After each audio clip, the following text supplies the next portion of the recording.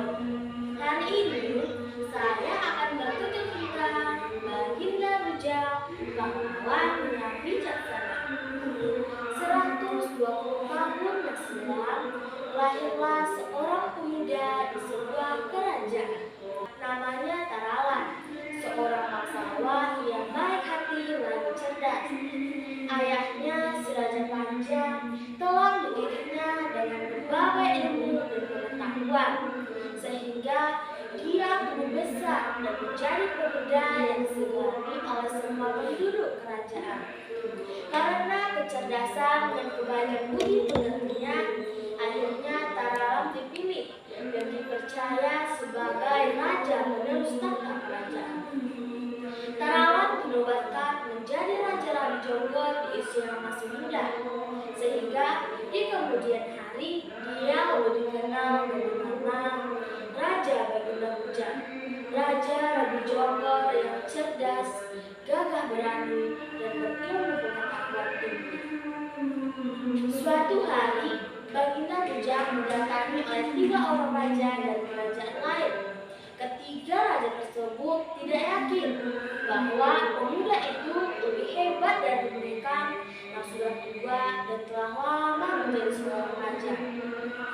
Mereka pun merencanakan tipu daya untuk memalukan Baginda Bujang di tengah-tengah rakyatnya, supaya kekuasaan mereka tidak tersaingi oleh siapapun. Mereka juga takut bahwa Baginda Bujang akan mengambil alih pengaruh mereka dan tanah kerajaan mereka. Baginda Bujang yang berilmu pengetahuan tinggi pun tahu apa maksud kedatangan mereka ke istananya. Namun Baginda Bujang tetap menjamunya dengan baik dan sopan. Salah satu dari ketiga raja tersebut pun berkata, "Wahai Baginda Bujang, maksud kedatangan kami ke istanamu adalah untuk mengundang Anda ke acara perhelatan para akbar raja seluruh negeri kita. Kami harap engkau akan datang." Baginda Bujang pun menerima tawaran dan undangan ketiga raja tersebut. Lalu ketiga raja tersebut pun berjalan pulang dan yakin bahwa Baginda Bujang berhasil mereka borongi.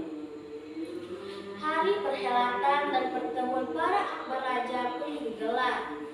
Para bangsawan dan rakyat kerajaan masing-masing pun hadir untuk menyaksikan raja mereka tampil. Raja tertua berdiri dan memperlihatkan kersaktinya dengan sombong. "Ini kersakti saya yang paling sakti." Raja kedua pun berdiri dan memperlihatkan mahkotanya yang sangat indah. "Ini mahkota saya yang paling indah dan megah."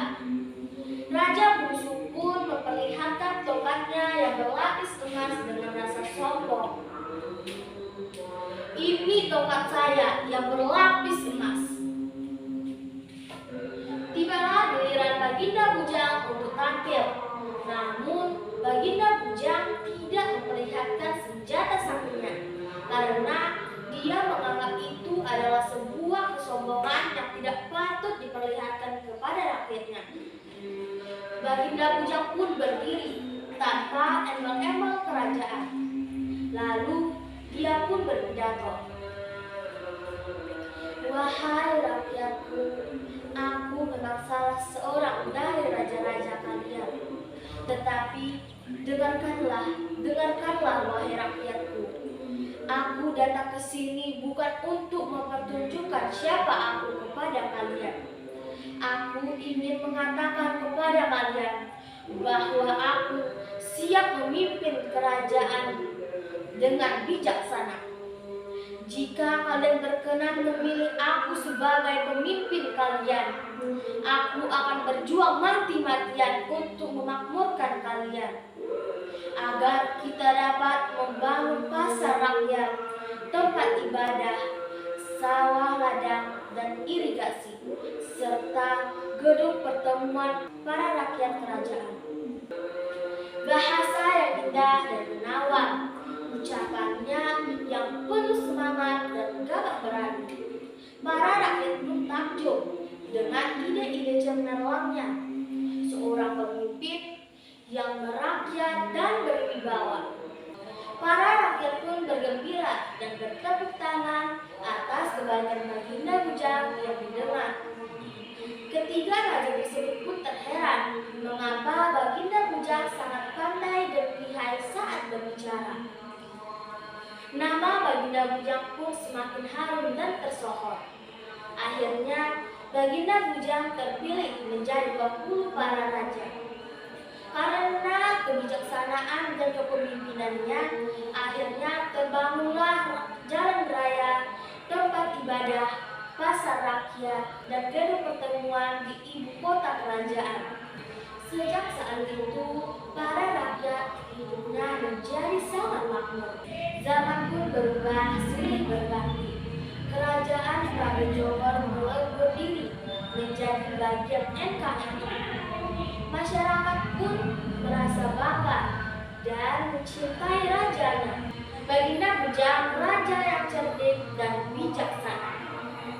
Di kemudian hari, pemerintah dan masyarakat bersepakat menjadikan hari lahir Baginda Bujang setiap 14 Februari sebagai hari berdirinya negari Raja Jongor. Baginda Bujang hingga saat ini menjadi tokoh pahlawan yang menginspirasi dan patut diteladani. Sampai disinilah cerita saya akhiri dengan Assalamualaikum warahmatullahi wabarakatuh. Sampai jumpa lagi teman-teman.